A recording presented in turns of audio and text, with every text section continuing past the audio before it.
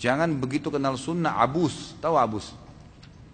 Mukanya, matanya melotot, kata-katanya tajam, buang muka. Ini penyakit standar ini ikhwan. Begitu mulai sudah ikut sunnah, sudah enggak isbal celananya, begitu ketemu orang yang paling pertama matanya lihat celananya. Isbal enggak? Begitu isbal ahli nar.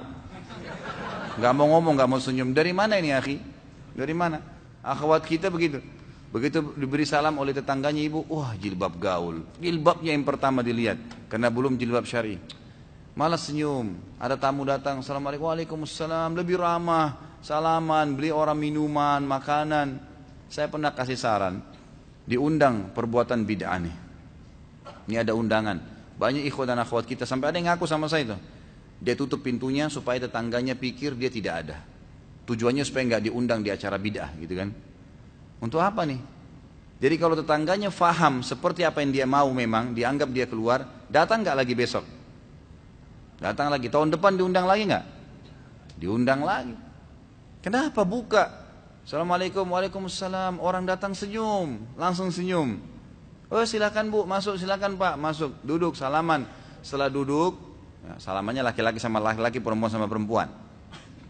Setelah duduk, gitu kan, berikan dulu minuman, tanya kabarnya, nggak usah langsung to the point. Tunjukkan sunnah Nabi SAW. Dalam hadis Bukhari, siapa yang mengaku beriman kepada Allah dan hari akhir, dia harus apa? Mengikram tamunya. Tahu ikram itu apa? Ikram itu senyum, ramah, hidangkan makanan, minuman, selalu begitu. Tradisi Nabi SAW kalau datang tamu, itu nggak nanya mau apa langsung, nggak.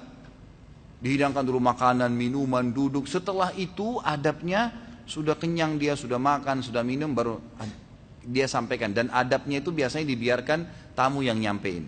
Bukan ditanya ada apa enggak. Dia enggak sampai dia pulang, berarti dia cuma mau datang bertamu saja, enggak apa-apa. Jadi datang ramah, oh ya sudah selesai diberikan makan, minum, baru dikasih. Ini ada undangan ya, acara ini. Baik, kita tahu acara bid'ah. Baik. Caranya, oh ya terima kasih, jazakallah khair undangannya. Jadi jangan, maulid.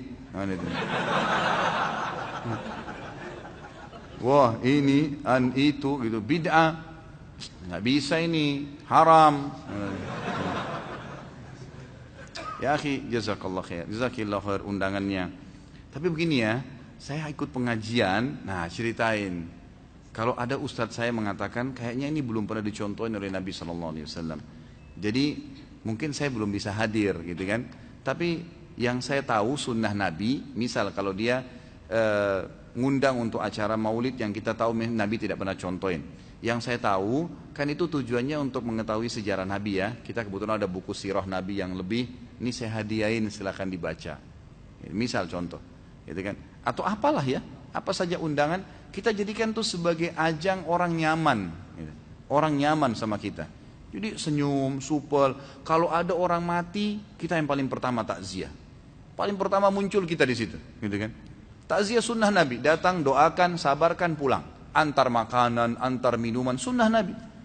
Ini enggak, tetangganya belum kenal sunnah. Wah ini pasti macam-macam nih acaranya sebentar. Pasti ada berzanji, pasti ada tahlilan, pasti ada begini. Udah saya enggak usah hadir deh, lebih baik, gitu kan?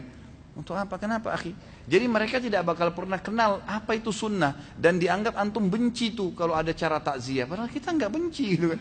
Itu kan sunnah Nabi. Datang tunjukin sunnah Nabi SAW.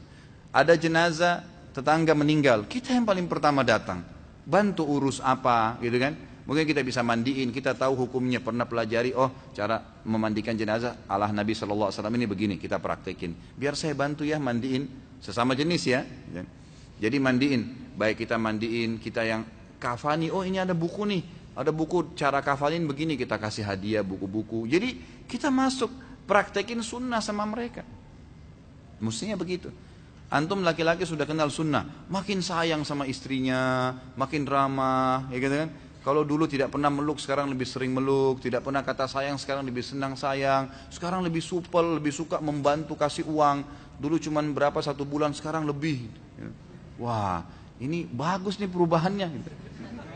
Istrinya bisa tanya, taklim di mana tuh? Gak apa-apa deh sampai jam 12 malam. Nah, nafkahnya naik kan gitu. Tapi kalau antum tambah pelit, sudah berjenggot, kemudian mukanya nggak pernah senyum. Lalu istrinya minta, bang beli ini dong, nggak ada. Nggak usah mubazir, banyak-banyak, nggak usah. Pelit. Padahal Nabi SAW sangat ringan tangan, gitu kan? Pahalanya besar. Jadi tunjukkan sunnah pada mereka, gitu kan? Jangan malah musuhin. Jadi kita hadir di masyarakat, ada kerja bakti kita yang paling pertama, ngambil cangkul, bersihin got, kita kerja sama mereka, tunjukin. Memang begitu sunnah. Jadi orang melihat perubahan itu berefek yang baik. Kalau kita malah menjauh, jadi kita praktekin sunnah dalam diri kita, tapi kita hilangkan sunnah di masyarakat, ini salah. Nggak bisa. Orang tua kita makin bakti dengan orang tua. Kalau dulunya kita cuma sekedar beliin barang, mungkin sekarang kalau lagi pas di rumah, ibu kita lagi duduk, dipijitin kakinya, gitu kan. Lebih banyak baktinya, apa saja, gitu kan.